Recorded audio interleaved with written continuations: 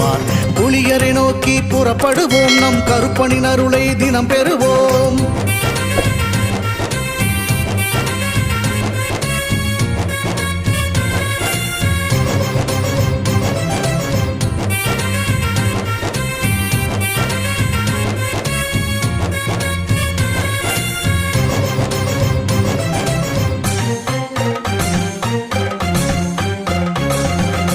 அல்லும் பகலும் அலைந்தேன், விதி அழைத்திடும் பாதையில் பயணம் தினம் செய்தேன். கண்ணீரே சுமந்தேன், பல துன்பங்கள் சுமப்பதை வாழ்க்கை என நினைத்தேன். இன்பம் என்றால் அது என்னவென்று கனவிலும் கூட கண்டதில்லை.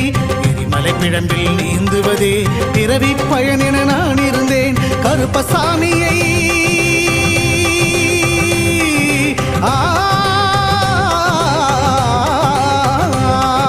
கருப்பசாமியை பார்த்தவுடன்